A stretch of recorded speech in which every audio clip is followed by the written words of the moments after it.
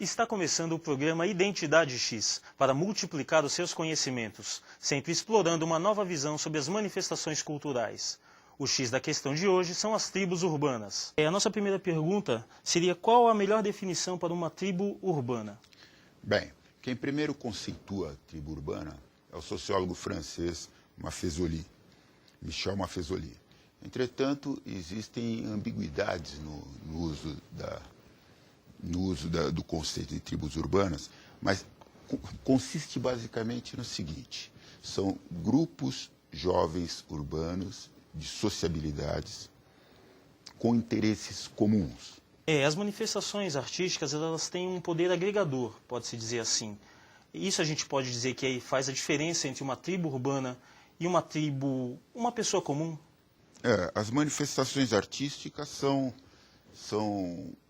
substratos das tribos urbanas. De maneira geral, elas se articulam em torno de uma forma de música, preferencialmente música que tem um teor contestatório e tem uma indumentária própria, desenvolvem também um comportamento que, de maneira geral, um comportamento que questiona o poder estabelecido.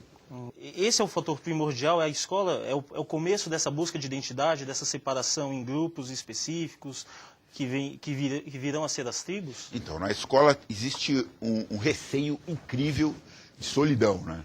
E além do receio da solidão, existe também a necessidade de estabelecer uma identidade, né? Pegando esse gancho do modismo, a gente tem pessoas que não seguem tribos, mas elas seguem a moda, como é o caso do Neymar, que usa um cabelo moicano, e a gente vê muita garotada seguindo, né? Isso é uma coisa passageira, é um modismo, isso porque também a pessoa não conhece o contexto do que é um moicano.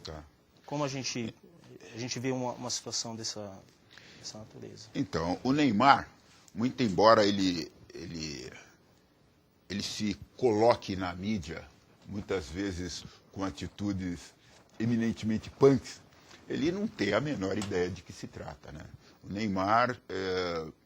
Neymar, por exemplo, ele não tinha ideia nem de ser negro, quer dizer, perguntaram para ele se ele tinha sofrido discriminação alguma vez na vida, ele falou: não, eu nunca sofri porque eu não sou negro, né? Ele foi saber que era negro ultimamente, quando ele jogou na Inglaterra, que jogaram, acidentalmente ou não, jogaram uma banana no campo, e aí é que ele começou a pensar um pouco sobre isso. Bom, mas você imagina, o Neymar pega um fragmento da cultura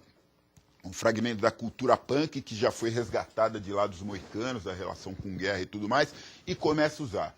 Os fãs de futebol usam, quer dizer, mas não é pela questão, quer dizer, pela questão do futebol, o rapaz usa uma coisa que é do movimento punk, que é resgatada do moicano, e é assim que nessa sociedade massificada as coisas vão se proliferando de maneira virótica, né? Para finalizar o nosso programa, a gente tem uma última pergunta. A gente vai questionar agora a ideologia desses grupos. O punk é meio anarquista, o gótico também é contra, ele está de luto para a sociedade, o hippie prega paz e amor. A gente quer saber como a visão crítica desses grupos melhoram a sociedade, ou se eles atuam de certa forma dentro da sociedade para melhorá-la, ou é só uma crítica pura, sem uma ação? Eu acho que o movimento hippie, por exemplo, quando pregou um sonoro não à guerra do Vietnã, né, ele, de certa forma, trouxe para o seio da sociedade várias discussões, né? Eu acho que todos os movimentos, esses movimentos culturais, a juventude sempre funcionou como mola propulsora de transformações. Então, por mais que a indústria cultural pegue os conteúdos contestatórios e faça uma domesticação,